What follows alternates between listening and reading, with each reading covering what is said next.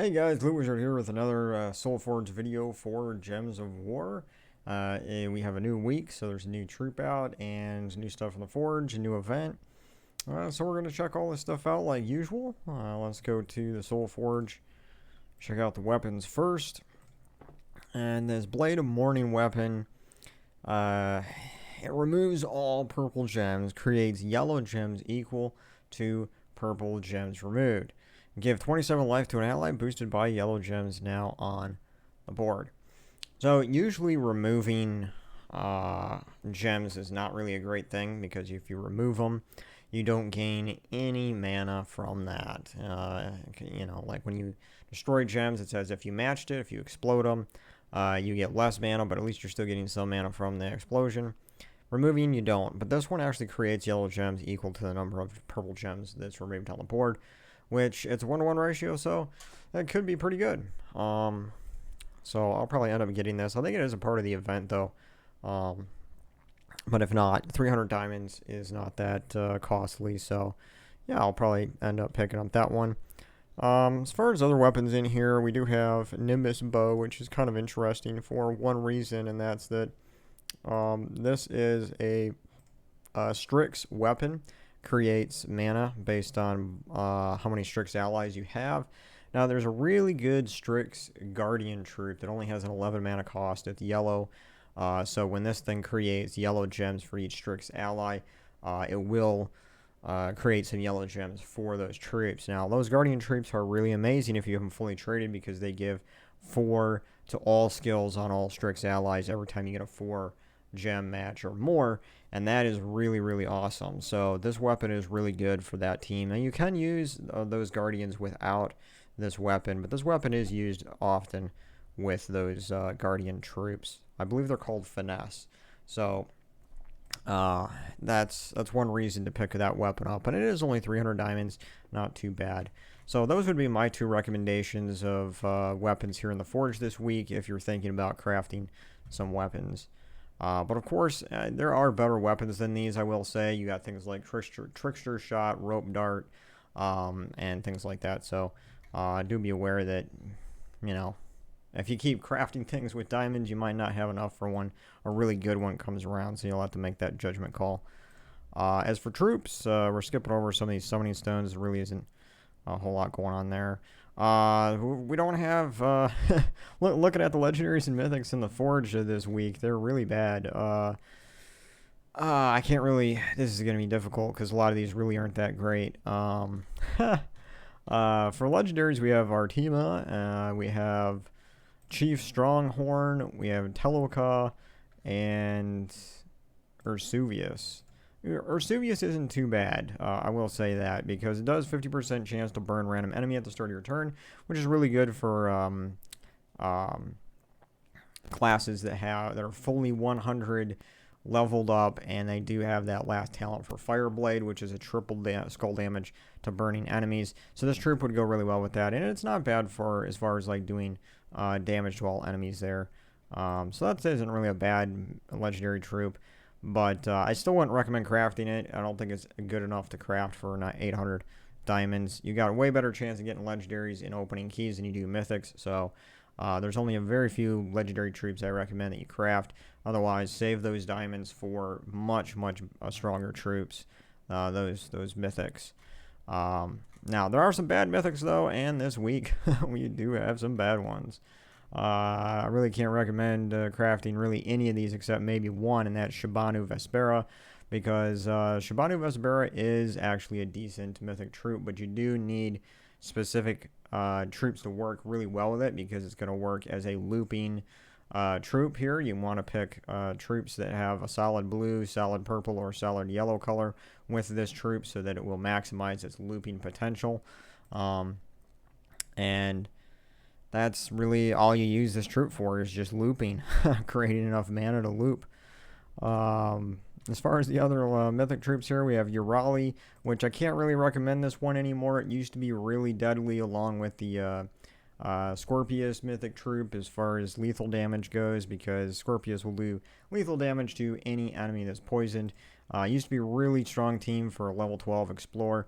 It still can work, but there's some issues with that because like pretty much every kingdom now has at least one or two troops that are immune to poison, and that really does that really does make a difference here. So I can't really recommend this troop to craft it for that reason. Although combined with Scorpius, it's still powerful. It's just not going to be as good. Now, as far as Shade of Zorn, I never ever recommend this troop. It is just one of the worst mythic troops in the game, and I don't know why the devs hate the orcs, because the orcs just have some of the worst legendary and mythic troops in the game. They're just awful. So, bring back, I mean, the orcs have never been good, so I can't say bring back, the powerful orcs, but geez, I just, there's times where I wanted to make a really good orc team, and I tried so many different things, and now we have the barbarian class, which is, basically an orc class. It's a little better, but there's still just way better troops and teams out there than orcs. So that's really bad. Mythic. What else do we have here? Mother of Darkness. We got this. It's not absolutely trash, but it's just not as good. I always reach for other troops besides this one. I don't think I've used Mother of Darkness since I got it, honestly. Maybe I tried using it a couple of times in a few teams.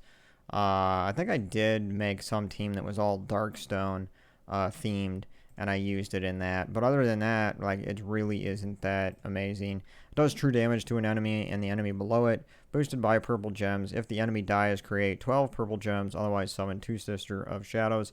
And doesn't even use purple color, so the mana that it can generate, and that's if the enemy dies, is not even going to go to itself. So there's much better mythic troops that can do true damage, like Tina 9000.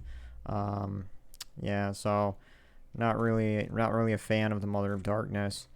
So we got Urali, we have Shade of Zorn, Shabanu Vespera, and Mother of Darkness for mythics this week. And yeah, I kind of skipped over some of these legendaries. Teleka isn't too bad, but Chief Strongheart I never really use, and Artima I never use. So I'm not even gonna rank the legendaries this week. I don't recommend crafting any of them. As far as the mythics, Shabanu Vespera is probably number 1 this week. And probably second to that is Urali, and then it would be Mother of Darkness, and then Shade of Zorn in the very last place. So that would be the order in which I would place them this week. Shabanu Vespera, though, even though it is a useful mythic troop and it's the best one this week, I would still wait around and keep your diamonds for some of the best troops. Like, you got Lord of Slaughter, you have Tina 9000, you have the Grey King. Even troops like Obsidius is just better, in my opinion, than Shabanu Vespera. Not that Obsidius is bad, but it's, I think Obsidius is a little less on the tier than things like Tina 9000, the Grey King, and Lord of Slaughter. But, and there's, my point is there's better mythic troops out there than even Shabanu Vespera, but, so that's my take on the troops this week in the Soulforge. Let's go over ahead and take a look at this new troop in the shop, and check out what that is going to do. Swan May is the name of this troop, and this is a week where we do get 2 arcane trade stones for 1 purchase, which is 400 glory.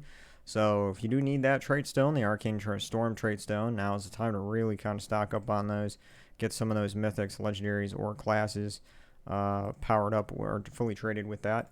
So let's see what this thing does. Deceptive Beauty is its ability. It gives 3 mana to all other allies for each lycanthropy gem on the board.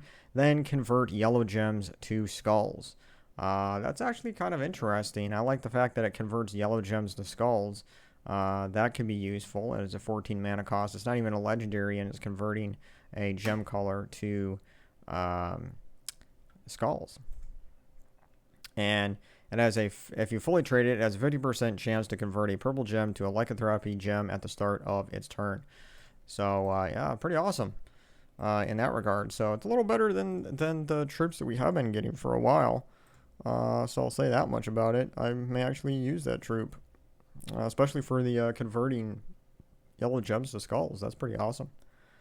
So yeah, not bad. Not a bad troop this week.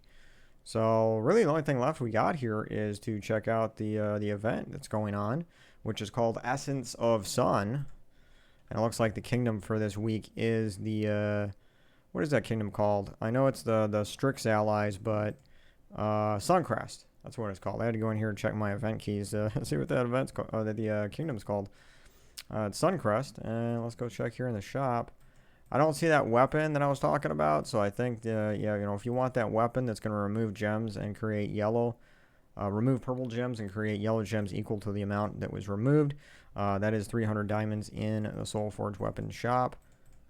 I'm going to go ahead and now since these are called a token or a badge of bones and all that stuff, I'm assuming this is probably going to be 160% skull damage, which I don't know what troops in Suncrest actually create skulls. We're gonna find out what this is here. Yeah, 100%, 160% skull damage for all troops in the current event. Let's see what kind of restrictions they put on this event as we're making a team here. So War Master Generator is the role of troops, and it must be red. So that's good that they didn't restrict it just to Suncrest, because I don't think too many troops in Suncrest actually create skulls. And we have one of the best skull troops in the game here, Lord of Slaughter. That's awesome. He's going to be definitely an awesome one. You have Beastmaster Tor Burn, but the only thing I don't like about this guy is that he has a 25% chance when you cast him to transform into a Werewoods Beast, which kind of like messes up his whole ability because it changes into a different troop. And sometimes you just want to use this troop to convert blue gems to red and brown gems to skulls, and then it goes ahead and switches itself into a totally different troop. Not too keen on that. But as far as skull troops, I'm just going to put a few in here. We got Lord of Slaughter, King Bloodhammer. We are not going to have Glaceon because he does not have red in him. As far as mana generating and support troop, we have Divinia, which is pretty amazing. You got Keelan here, which is another skull troop. You also have the Miraji Queen, which is another awesome skull troop. It's going to create Doom Skulls out of green gems.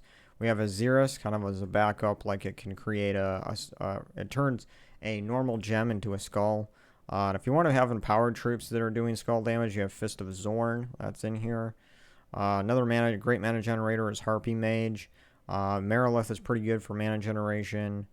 We have Ragnagord, which is also good for mana generation. Starts 50% mana, and you can explode whatever color gem you choose. That's always great. And there might be a couple more in here that's going to do skull damage, but looks like we're pretty good with this. So the question is, what troops here do I use? I mean, obviously, I think Lord of Slaughter is probably going to be the best one out of this whole mix. And since Keelan is going to be converting purple gems to red, brown gems to skulls, but Lord of Slaughter is already changing brown gems to Doom Skulls, so I don't need Keelan. This is transforming all blue gems to Doom Skulls. So I think I'm going to keep King Bloodhammer since it is also using brown color, which is different than Lord of Slaughter. And we'll keep those two in there maybe. As far as mana generator, we could go with, I might do Harpy Mage just because it creates a Dust Storm. And Dust Storm is pretty important for Lord of Slaughter. So I might do something like this, and then we'll have to look at our weapons here, what we have available.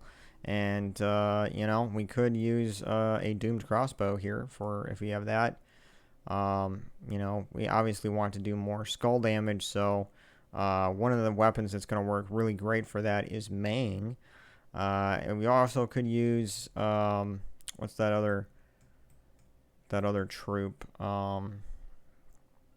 Not troop, but weapon. There's another, I think it's called like Earth something. I forget what it's called, and I shouldn't forget something like that, but I think it is red and brown, so it should be in this list somewhere. Where is it? Here, Earth's Fury. That's what it is. That's what I was thinking of. So eliminate all armor from an enemy, deal damage, and then this thing will actually give all your allies attack. But Mang is also pretty amazing. So I think I'm going to leave that in there. And we got Harpy Mage. And then, of course, we got Lord of Slaughter. And King Bloodhammer at the bottom. But we might want to actually remove King Bloodhammer. And put ourselves a nice support troop in there that's going to give like life to all the other allies, perhaps. Something like that. So let's change this here. Well, we can't select that. We got Generators and War Masters. So, yeah, I think maybe one of the only support troops in here that's going to give life to all allies. There might be more than one in here. I have to look really close. But one of the ones right away that has caught my eye was Divinia. The only problem with that is that we have Harpy Mage in there, which is going to give us a total mana blocking with King Bloodhammer there. So, don't know quite what to do with that. Oh yeah, another one I forgot to create skulls is Sekma.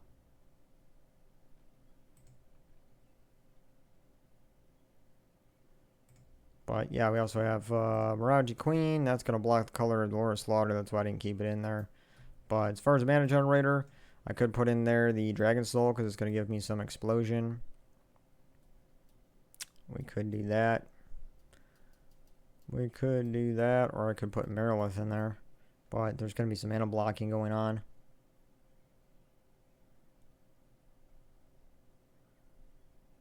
So, yeah, anyway. Good class for this is any of the rock solid classes. You know, your Titan, your Sentinel, anything like that. As far as banner, I think I'm going to do double yellow. Probably red. Double yellow, red. We'll go with that.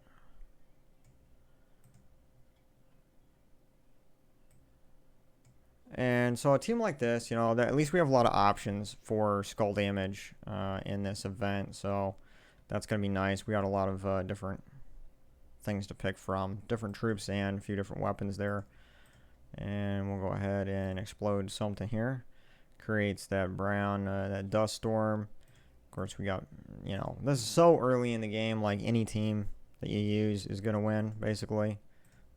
Doesn't matter. But, yeah, Lord of Slaughter is amazing. Love that troop. It's one of the best mythics in the game. But, yeah, so that's basically, you know, what's going on here with these events. And that's some ideas for some teams there. Mang's really good. Earth's Fury's good. Because, again, our bonus is skull damage this week.